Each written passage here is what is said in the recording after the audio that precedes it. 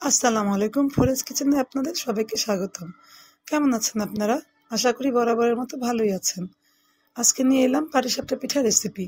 যদিও শীত চলে যাচ্ছে, তারপর রেসিপিটি তৈরি করলাম। আমার কাছে মনে হয় 12 মাসে আমরা যে কোনো পিঠা তৈরি করে খেতে পারি। শুরু করছি রেসিপিটি, আর আমাকে সাপোর্ট করার জন্য অসংখ্য ধন্যবাদ। এই পিঠাটা তৈরি করার জন্য আমাকে প্রথমে খিরসা তৈরি করে নিতে হবে। এর জন্য আমি নিয়ে নিয়েছি 2 লিটার খাঁটি গরুর দুধ। আমি আগে থেকেই দুধটা জাল করে 1.5 লিটার করে নিয়েছি। সাথে দিয়ে নিয়েছি 2 টুকরো দারচিনি আর 2-3টা এলাচ। সাথে 1 চিমটি পরিমাণ লবণ দিয়েছি, যাতে চিনির স্বাদটা ব্যালেন্স থাকে। আর এই খিরসা তৈরির জন্য আমার লাগবে 50 গ্রাম পোলার চাল। আমি এটা ভালো করে ধুয়ে ভিজিয়ে রেখেছিলাম। পানি ছেঁকে ব্লেন্ডারে ভালো করে গুঁড়ো করে নিয়েছি। আমি চালের গুঁড়িটা আরো পরে মেশাবো। আমি দুধের পরিমাণটা আরো কিছু পরিমাণ কমিয়ে নিচ্ছি। দুধের পরিমাণ কমানোর পরে আমি এখন 1 কাপ পরিমাণ চিনি দিয়ে নিচ্ছি। যদি প্রয়োজন হয় তাহলে আমি আরো চিনি দিয়ে নিব। চাইলে গুড় দেওয়া যায়। দুধটা অনেকখানি শুকিয়ে গেছে। এখন আমি 1/2 কাপ পরিমাণ গুঁড়া দুধ দিয়ে নিব। যে পানিটা নিব সেটা নর্মাল পানি হবে, যেহেতু এটা ইনস্ট্যান্ট গুঁড়া দুধ, তাই এটা সাথে সাথে মিলে যাবে। আমি ভালো করে মিশিয়ে জাল করা দুধের সাথে মিলে দিচ্ছি।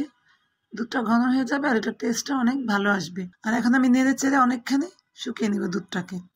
যখন শুকিয়ে যাবে আমি তখন ওই যে বলেছিলাম 50 গ্রাম চালের গুঁড়া আমি করে রেখেছিলাম, সেটা কিন্তু পোলার চাল হবে, আমি পোলার চালই নিয়ে নিয়েছি। আমি এখন গুঁড়িটাকে জাল করা দুধের সাথে মিশিয়ে দিব। আপনার স্ক্রিনে দেখতে পাচ্ছেন আমি গুঁড়িটাকে ঠান্ডা দুধের সাথে মিশিয়ে তারপরে জাল করা দুধের সাথে ভালোভাবে মিশিয়ে দিচ্ছি, তা না হলে দলা পাকিয়ে যাবে। এখন আমি নাড়তেই থাকবো, না হলে হাঁড়ির নিচে লেগে যাবে।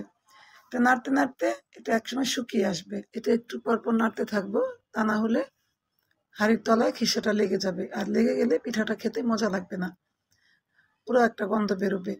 আমি যেভাবে নাড়ছি এভাবে নাড়তে থাকবেন, আর আস্তে আস্তে এটা ঘন হতে থাকবে আর হাঁড়ির সাথে লেগে আসবে।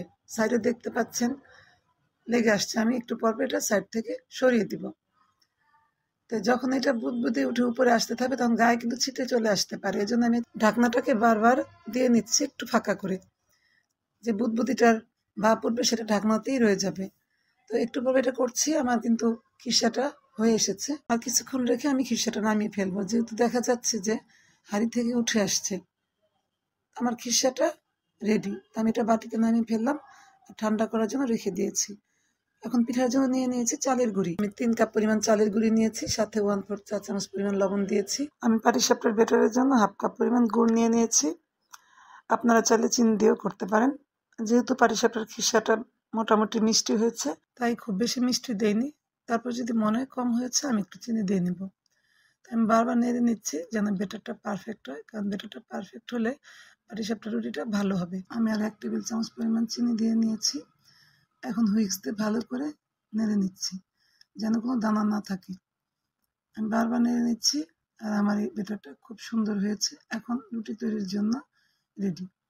আমি চুলায় একটা তাওয়া বসিয়ে দিয়েছি, আর একটা টিস্যুতে তেল দিয়ে তাওয়াটা একটু মুছে নিয়েছি। ডালের চামচের 1 চামচ পরিমাণ ব্যাটার আমি দিয়ে তাওয়াতে চতুর্দিকে ঘুরিয়ে দিচ্ছি। এভাবে একটা লম্বা লম্বি একটা রুটি তৈরি হয়েছে।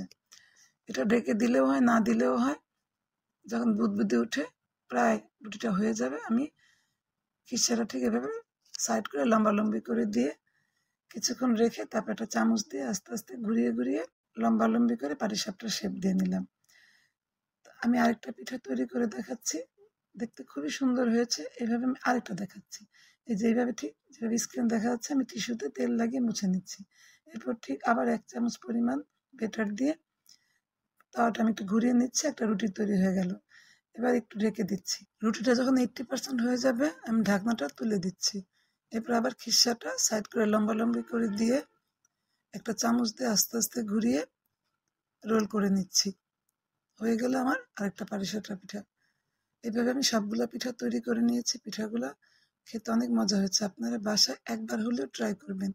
আশা করি আপনাদের খুব ভালো লাগবে। আর আপনাদের ভালো লাগার জন্যই আমার এই পথ চলা। আর আমার এই ভিডিওটি লাইক, শেয়ার ও কমেন্ট করতে ভুলবেন না প্লিজ। আজকের মতো এই পর্যন্ত। নতুন কোনো ভিডিও নিয়ে চলে আসবো। আল্লাহ হাফেজ।